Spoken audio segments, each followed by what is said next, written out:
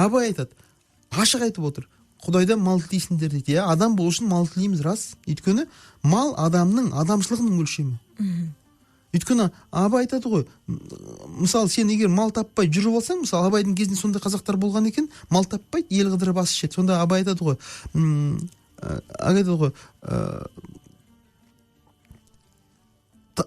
өз үйіңнен, қараңыздар, өз үйіңнен тойырға қолың қысқа.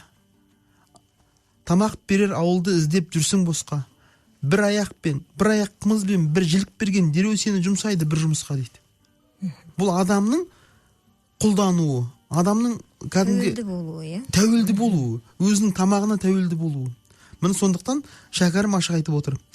Малды не үшін жинау керек деген кезде, малды дейді, жаның үшін жина дейді. Яғни не? Арыңды жоғалтпау үшін, біреуге көз сүзбеу үшін, біреуден тіленбеу үшін, ар ұятыңды жоғалтпау үшін мал жина дейді. Сондықтан қазақ данышпан мал жан аман ба деп сәлемдеседі. Бірінші малды алға шығарып отыр ғой. Неге? Өйткені біліп отыр, мал жоқ болса адамның жаны да жай таппайды. Адамның жаны да арынан айырыла бастайды екен. Адам ұятынан айырыла бастайды.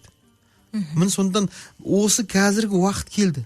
Экономикалық негізгі біз балаға неше түрлі қажетсіз білімдерді береміз да, оның өміріне қажеті жоқ білімдерді береміз мысалы.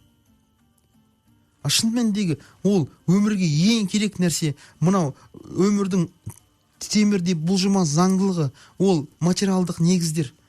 Содан кейін барып қана осы бүкіл мәдениет, бүкіл жаңағы өркениет, руханияттан